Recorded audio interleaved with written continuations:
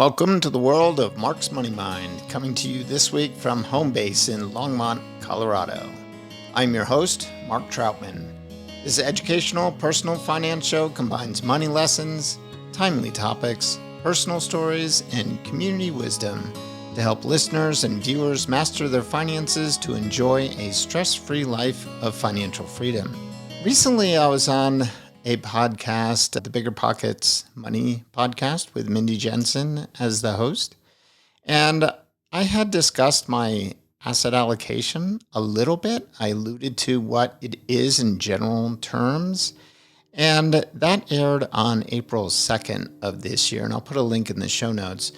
But following that, I received a number of emails and just conversations with people asking me for a little bit more detail on what my asset allocation is.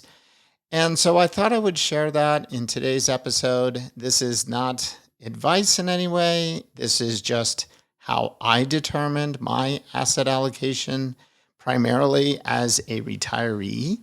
So I wanted to talk a little bit about that. I will kind of open the tent a little bit and give you insight into how I came about my asset allocation. This kind of follows on a little bit with the discussion I had in episode 40 about relying on your investment policy statement during rocky markets. This is going to be a little deeper dive into what exactly is in my asset allocation. In the episode that was released on BiggerPockets Money, my discussion with Mindy was I talked about my asset allocation being 80% equity and 20% fixed income or really short-term treasuries. And some people have asked, well, okay, that's great. What kind of equities? And what do you mean by short-term treasuries? Is that all you have? And how does that work? I'm going to give you a little bit of, insight into how I came to that decision of 80-20. But let me back up first because this is my post-retirement portfolio. And I want to start off with, what was my portfolio during my accumulation years? So that was pre-retirement years.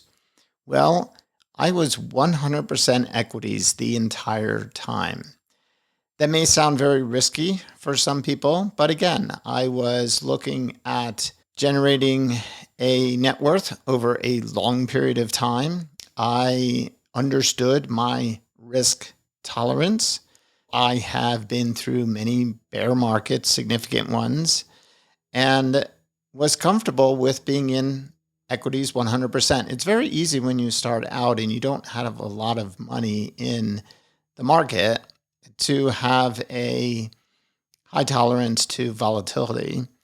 But as your portfolio grows over time, you start to see these changes in your portfolio during a bear market. They might exceed and likely will exceed at some point how much you may earn in a year. So for instance, your portfolio is a certain level and the market goes down 20, 30, 40%, and your portfolio is of a size that may be a multiple of your annual earnings. And boy, that can be tough to digest. So going through a bear market gives you an understanding of what your true risk tolerance is. I know there's a number of questionnaires out there that will ask you various questions to determine whether you are a risky person or you're willing to accept risk or a very conservative person and won't accept any risk. I really don't believe that those do a great job in determining your risk tolerance. I think that you really need to live through a bear market and have true skin in the game to really understand what your risk tolerance is. It was suggested when I was very young, and this was when I got my first job that had a 401k, it was suggested to me that you should consider being 100% in equities. And I was like, okay, well, I don't know a lot about this. At that point, I was, just over 20 years old. And I was like, sounds fine by me. So I went with it. And I learned over time that I was okay with the volatility, especially when the volatility on the upside is quite pleasing. Volatility on the downside can be unnerving. But I learned that that was okay, and I understood the history of markets and really understood that over time, this would likely make a lot of sense. I had a very long time horizon. I had no need for that money in any near-term period. This was primarily retirement assets. And I knew that there was likely a higher potential return in equities than alternatives, things such as fixed income or cash. And I was okay to accept the volatility in exchange for potentially higher returns. That is what turned out to be the case for me. This year, I will turn 60. So this is 40 years of investing, and it has come with its ups and downs for sure. But I can attest, at least in my investing period, that it has worked out quite well. So that is usually the suggestion I give to my daughter, for example, when she asks me, what should my asset allocation be? Meaning her asset allocation. And she's okay with it, doesn't look at it. I think it's a lot easier when you're not paying attention to this stuff to be 100% equities. So for most young individuals, especially with very long time horizons, I think it can be very prudent to be 100% equities. So that's the pre-retirement period. I retired at the end of 2015, so that is now almost 10 years ago. And I actually maintained that asset allocation of 100% equities all the way up until the day I retired. In fact, beyond the day I retired. And in hindsight, I think I got very lucky. I did not have a bad drawdown period at the beginning of my retirement or right before my retirement. And I think I just got very lucky. If I were to do it again, I would likely dial back the 100% equity portfolio, probably starting in the neighborhood of 5 years prior to retirement. People have asked me about that. If I were to be going through that period myself now, what would I do? How would I do that? Well, there's two options, really. You can say, well, I want to be at a different asset allocation level, and you could just simply sell some of the equities and buy bonds or treasuries or whatever fixed income is your choice, and immediately change that asset allocation. The way that I think I would do it, though, if it were me and I was still earning an income, let's say 5 years prior to retirement, I would likely redirect my future contributions to that more conservative portion of the portfolio, fixed income and cash, for example, and not necessarily do a wholesale reallocation of equities to fixed income. Now, I'd have to figure out what was my goal in that ending percentage, let's say on the day of retirement, and would the contributions alone get me to my desired asset allocation? And if they wouldn't, then I would likely slowly change that asset allocation. So let's say I wanted to be, I'm just going to use hypothetical numbers here, 75% equities, 25% fixed income at the time of retirement.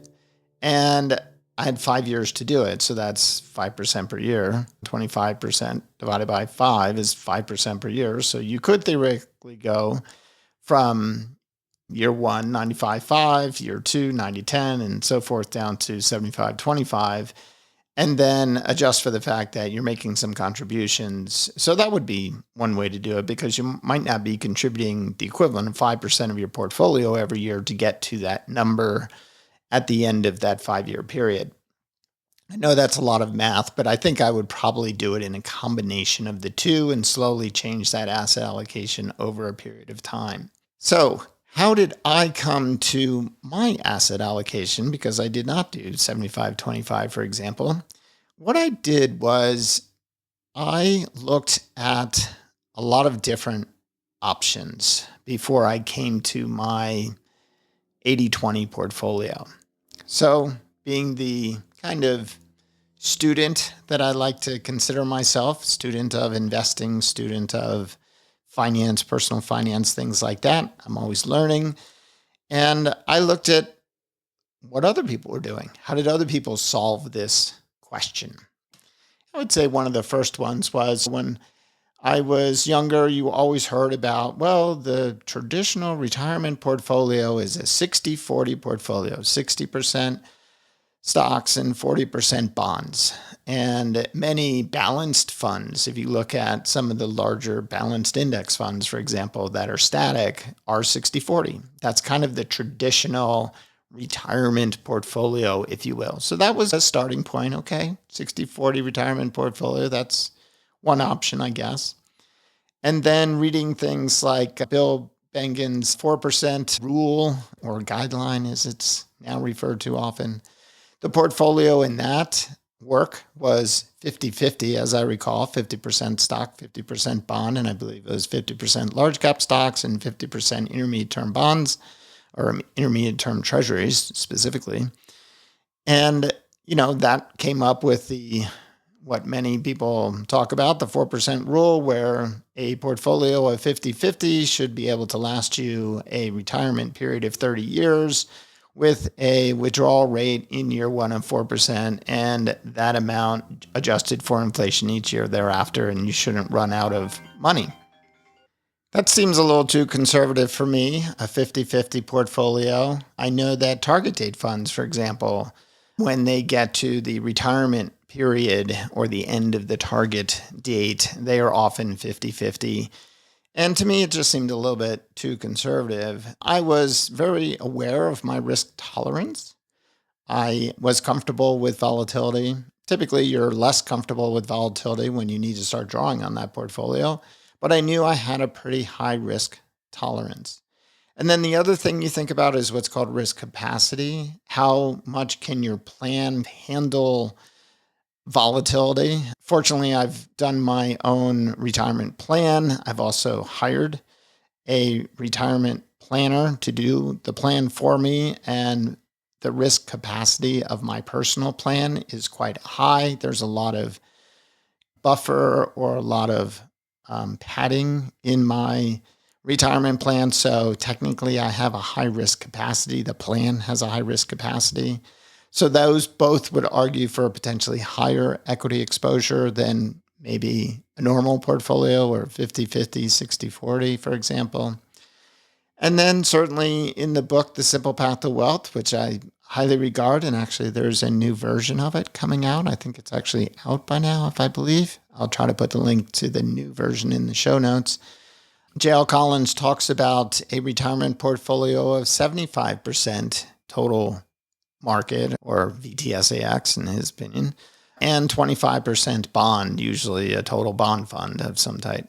And he refers to that as a reasonable retirement portfolio. So that's another thing. I was like, okay, now we're getting somewhere. 75-25, that's interesting. And then I went down the rabbit hole of Big Earn's work, Early Retirement Now blog, Karsten Jeske, or Yeski. And Karsten, if you're listening, please tell me how to pronounce your last name. I've heard it many different ways, but anyway, Yeski is how I understand it to be. But in any event, his work will suggest something in between the neighborhood of 60% to 80% equities is a reasonable amount for his safe withdrawal rate series, which the balance would then be 40% treasuries to 20% treasuries, so 60-40, 80-20, somewhere in that neighborhood. And then there's the Warren Buffett portfolio, which is the 90-10 portfolio, and I'll put a link to that first mention in the show notes. He talked about it in the shareholders letter in 2013, and he talked about that being a portfolio that he would recommend to the trustee of his estate for his wife once he passes. And he mentioned 90% in specifically the Vanguard S&P 500 index fund, and later has said that a total market fund would be just as sufficient, but a low-cost index fund. And 10% would be in short-term treasuries specifically, is what he mentions. And that was an interesting portfolio. That kind of piqued my interest when I first heard about that in 2013. I thought about that for a while and said, well, maybe 90-10 is good. And then there's other ways to solve this. So that's coming at it from the risk tolerance standpoint. So that spans the gamut from 50-50 to 90-10 in all of the research that I did. And I was leaning towards the higher end, so towards the 90-10 and less towards the 50-50, but still really didn't have a good decision as to what should that be? Where should I fall in that range? And then the other way to kind of solve this is to think about it from the standpoint of cash flow methodology.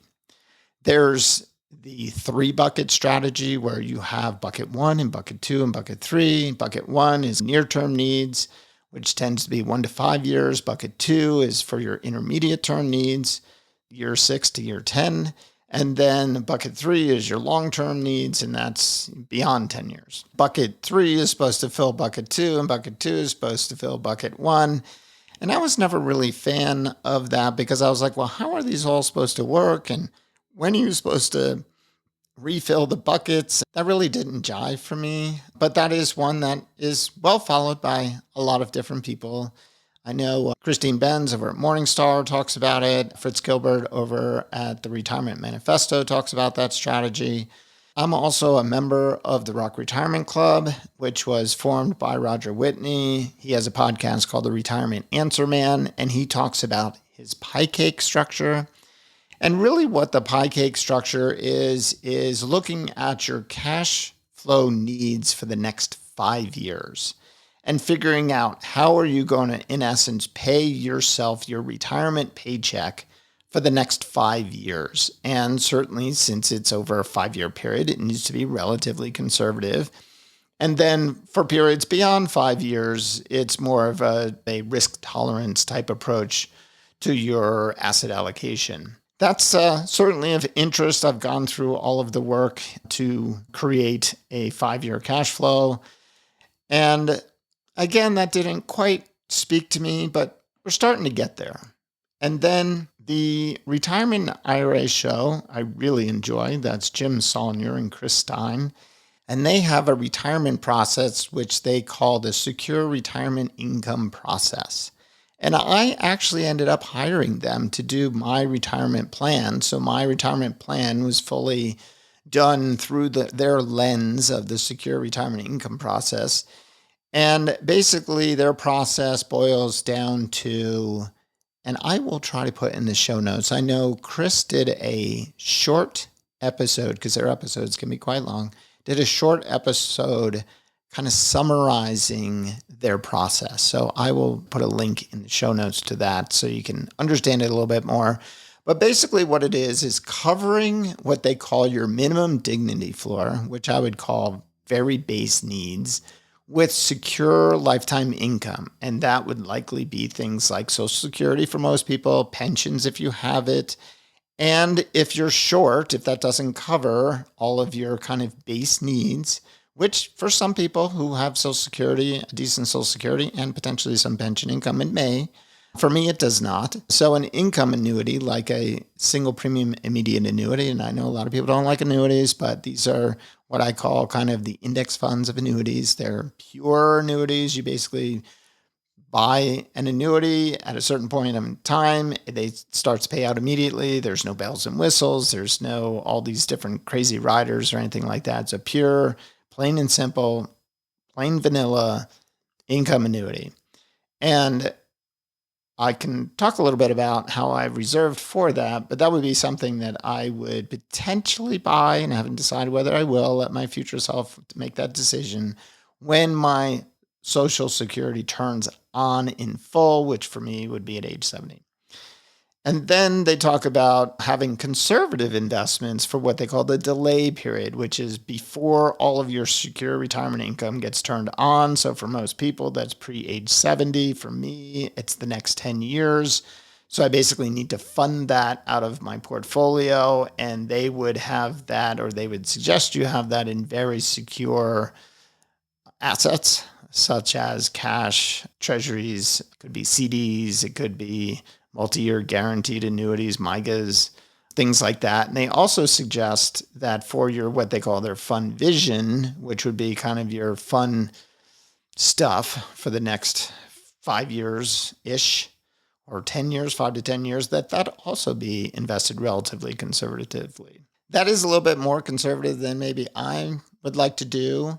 So I kind of decided to, well, let me see what my cash flow needs are for the next 10 years. So that work was done. They had done that for me in essence, because we talked very specifically about what I anticipated to spend over the next, really my lifetime, but specifically and very detailed over the next 5 to 10 years. So I had a pretty good understanding of what that cash flow need would be in dollars before secure retirement income turns on and so forth.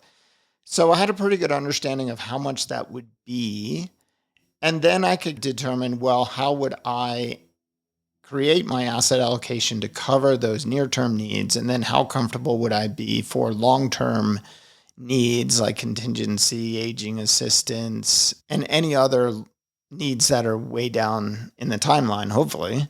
How would I want to invest those? So that's what I would call a bottoms-up approach. So the risk tolerance approach is really kind of top-down, deciding how much equity are you comfortable with and thinking about it from that standpoint. And I consider cash flow to be the bottom-up methodology, which is really figuring out how much cash do I need, when do I need it, how can I receive that from my portfolio, and structure it in such a way that there's limited risk on that, especially for those identifiable near-term needs. And what was interesting is I did it in both directions and pretty much came to the same number, and that's that 80-20 portfolio. And what I did was I looked at my cash needs. I also did something that many retirees will do, and that is turn off the reinvestment of dividends and income. So for all of my ETFs, I use ETFs exclusively instead of mutual funds. I won't get into all the reasons why, but I just prefer ETFs. They have a little bit lower expense ratios for most part and are a little bit more tax efficient, although most of my ETFs are in tax deferred accounts or tax-free accounts like a Roth. So it really doesn't matter as much from the tax standpoint, but I just prefer to use ETFs. So I have all the reinvestment in dividends and income turned off, and actually my portfolio generates a pretty decent amount of income. It's around 2.5% yield on the entire portfolio when you look at it collectively. And actually that is about what I'm spending each year. So really the portfolio is generating enough income through dividends and income so that I really don't need to sell anything as it's currently structured. So that was another benefit of looking at my current structure, which came out to the 80-20 portfolio. Now, if you think about the 20, it's equivalent to, if you were spending it, let's say 2% per year, it would be 10 years worth of cash, right? Excluding the dividends and income, which is in addition to that. And if you were spending it 4%, it would be 5 years, right? So 20 divided by 4 is 5. And so I look at it as the 20% fixed income piece is really 5 to 10 years of spending, not including the dividends and income. So I feel like that's pretty conservative given my spending in the portfolio. So I'm very comfortable with that. And what was interesting also is originally I was like, oh, I could probably do the 90-10 portfolio, but how would I feel in a big drawdown if the market went down 50% with 90% in equities? And I was like, you know what? I think I feel a little bit better with 80-20 than 90-10, even though 90-10 probably would still work fine. But I think I just felt a little bit more comfortable with the 80-20. That's also pretty close to J.L. Collins' 75-25, or if you look at Big Earn's 60-80, it's at the right end of that, of the 80-20 versus the 60-40. It's definitely more aggressive than your traditional retirement portfolio of 60-40 and Bill Bengen's 50-50 with the original 4% guideline. But given that Karsten has done all the work on various asset allocations and 80-20 still is fine, I felt comfortable with it. And there are a few things in my 80% that actually make it, I think, a little less volatile. And I'll now dive into what is the 80% and what is in the 20%. So here we go. Now, I want to caution everyone, this works for me. This is not advice in any way. I'm just opening the tent so you can see what I've decided to do for myself that works for me.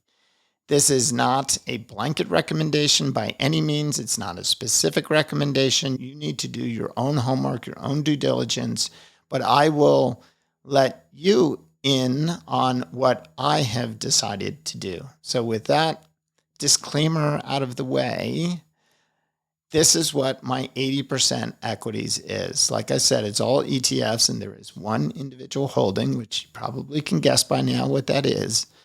So the equities consists of 30 percentage points of the 80 percentage points. So 30% of the total portfolio is the total market US index, specifically Vanguard's total market US fund, and that is the ETF version.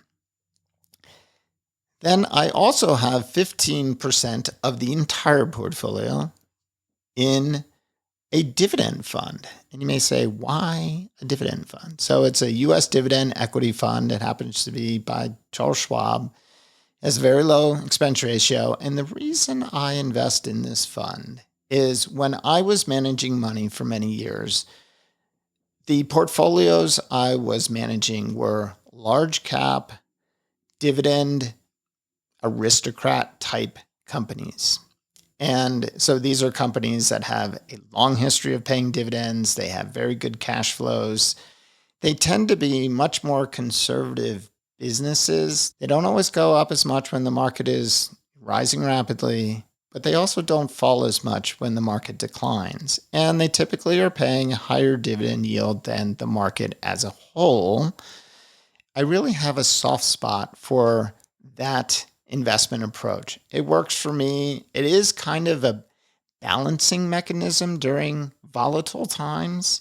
So I do find it smooths the ride of the overall equities by having this in there. So effectively what I have is of the US equity piece, about 1/3 is in total market and 1/3 is in the dividend equity piece. So that's 45% of the portfolio, those two ETFs. The next piece of the portfolio is international equities. I have 14% in the total market non-US. Again, this is a Vanguard fund that I've chosen. It wouldn't matter if it was another one, but the key is it's low cost. And 14% of the total portfolio is in non-US total market. And then this is a new one for me. So I really like the US dividend equity fund that Schwab has. For me, it works for the reasons I mentioned. They also have a non-US version of that same fund. Effectively, it's the Dow Jones 100 non-US dividend equity index is what it tracks. It works the same way. The same kind of principles apply, but it's to non-US stocks. And so I've put 7% of my portfolio in there. And like I said, it's a new position for me. I will see how it acts over time during different market environments. So I'm comfortable with that. It's not a huge percentage of the portfolio, so I'm okay with it. So it's acting very much like the US version is relative to my total market. This is the non-US version relative to the total market non-US. So that's what I've decided to do. And again, it's a new area for me. So in the last couple of years, or year or two, I guess it was, I can't recall exactly when I instituted this. It used to be just in the total market, but I decided to divide it up a little bit into this non-US dividend equity fund that Schwab has. So if you're doing the math, you'll realize there's 14% left in the 80%, which is allocated to equities. And that is in Berkshire Hathaway. And it's not because I picked 14% for any particular reason, but I've owned this stock for a long period of time. And it happens to be approximately 14% of the portfolio. So I'm comfortable with it. And I will likely hold that for a very, very long period of time and maybe pass it on to heirs at some point. Anyway, so that's the remainder of the equities. If I wasn't owning an individual stock, I'd probably just reallocate it across the other 4 equity holdings that I have in a pro rata basis. So that's the equity side. And Berkshire Hathaway also is kind of one of those companies that does well in weak markets, doesn't always do as well in fast rising markets, but it is also one of those kind of smoothing type positions in my equity portfolio. So while I'm 80% equity, because I have some of these funds and a stock that kind of act a little bit opposite of what total market funds do, there is kind of a self-balancing mechanism in there or smoothing mechanism in there with those holdings. So that's another reason I feel okay with 80% equities for me personally, again, just for me. So the balance is in fixed income. And initially I was thinking, I'll probably just go with some total bond market fund or something like that, and some small amount in cash, money market, for example, just so I can pay my monthly paycheck to myself. And I started looking at a lot of research in what type of fixed income does well when equities are doing poorly, because that's really why you're having the fixed income. It's for a counterbalance against the volatility of the equities, and also, yes, for cash flow needs as well. And the research I saw really pointed towards intermediate term treasuries as the kind of the best offset to equities in volatile periods. So that was interesting. And I thought, well, it could be intermediate term treasuries. I could go that route. But currently, with the yield curve being so flat, there really is no benefit in going out on the yield curve. You might as well just stick on the short end, which is what I've done. But I also have been thinking about, I'd rather just have the short-term treasuries. It's a lot easier. I don't really have to worry about volatility of the bond side. I'm getting, hopefully, my long-term return from the equity side. And really the goal is for me personally, for the fixed income side, is for the cash to be there when I need it, to have limited volatility, and mostly to try to keep pace with inflation as much as possible. And currently, in my opinion, short-term treasuries fit that. So 20% in fixed income and cash, here's how I've allocated it in my investment policy statement. I actually have 5%, 5 percentage points, so a quarter of the 20% fixed income in one Treasury inflation protected security that will mature in the year that I turn 70, or actually the year prior to I turn 70, which will give me the ability to decide at that point in time whether I want to buy a single premium immediate annuity to increase the amount of secure lifetime income I will have available to me, in addition to my Social Security that will be turned on at age 70. It's actually the dollar amount, as I've calculated it, will cover more than what Jim and Chris call their minimum dignity floor, more like what Roger at the Retirement Answer Man calls kind of base good life amount. So a little bit more than just the base needs. But between that and Social Security, this Treasury inflation protected security, or TIPS, when it matures, will give me the ability to purchase a single premium immediate annuity if I decide to. And I have no idea whether I will or not. Time will tell. But that money is there targeted. The inflation protection of that security should offset any inflation issues that may arise over the next 10 years and give me the principal to be able to buy it in today dollars, what I've calculated the need will be. So that's a quarter of the fixed income portfolio, or 5 percentage points of the total portfolio. So that's earmarked for that one little thing. And then I have somewhere in the neighborhood, and it kind of fluctuates because short-term treasury bills and money market funds pretty much are paying the same thing right now. So 10 percentage points of the total portfolio, or half of the fixed income, 20%, is in short-term treasury bills or earmarked for short-term treasury bills. And I use ETFs for that. I was for a number of years buying individual treasuries, but I just decided to press the easy button and just buy short-term ETFs. There's not a lot of volatility in them, and I get all but whatever the expense ratio is for the portfolio of short-term treasuries that are in the ETF. And the funds I use, I think, have a 7 basis point or 0.07% expense ratio, so pretty minimal. And it's just a lot easier than buying individual treasuries and having to roll them over every 3, 6 months, 12 months, whatever. So I decided to just go with the easy button and buy ETFs. And then the rest is just in the settlement fund in my money market, which is right now paying about the same as short-term treasuries because they're all between 0 months and about 9 months. The yield curve is as flat as a pancake, anywhere from 4% to 4.3%. So it really doesn't matter where it sits right now, but over time, the short-term treasury bills theoretically should pay a little bit more than money markets, but today they're not.